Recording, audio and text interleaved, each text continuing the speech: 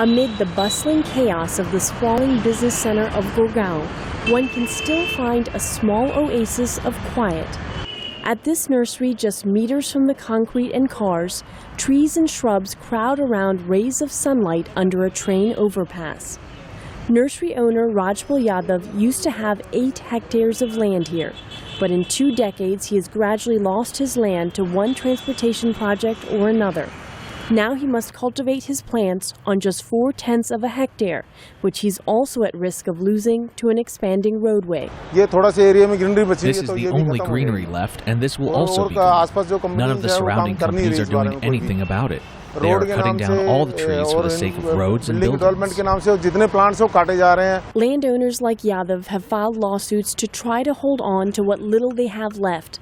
Others have seen their property seized to make room for India's industrialization, while getting little or nothing in return under the country's Land Acquisition Act of 1894. The fight has at times turned violent.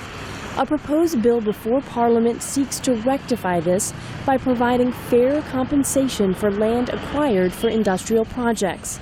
The new bill provides compensation at up to double the market price in urban areas and up to 4 times the market price in rural areas. It also provides resettlement and rehabilitation help for those displaced or whose livelihoods have been affected by the land acquisition. Confederation of Indian Industry President S. Gopalakrishnan welcomes the government's efforts towards reform, but fears the measure could push property and subsequent project costs higher.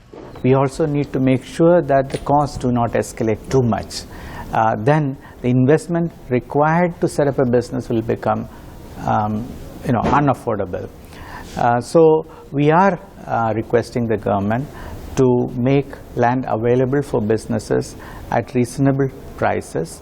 Analysts say the same development that has uprooted farmers has also connected distant communities, created jobs, and allowed for India's once near double-digit economic growth. Sakshi Balani with the New Delhi-based PRS Legislative Research says the government must navigate the complex issue carefully. The idea essentially is that you've got to have a legislation that covers not only this spur of development and growth that's taking place, but also provides a check on it in some ways. And it's that very delicate balance that this law is basically trying to bring about. As for Yadav, he's holding out hope that his nursery and some of the last remaining greenery along this busy road will eventually prevail. I have faith in the court. We will keep fighting in the court. We will see what happens, but I have faith in justice. He and many others are watching to see how lawmakers vote on land acquisition reform as Parliament debates the highly contentious issue in the coming months. Aru Pande, VOA News, Gurgaon.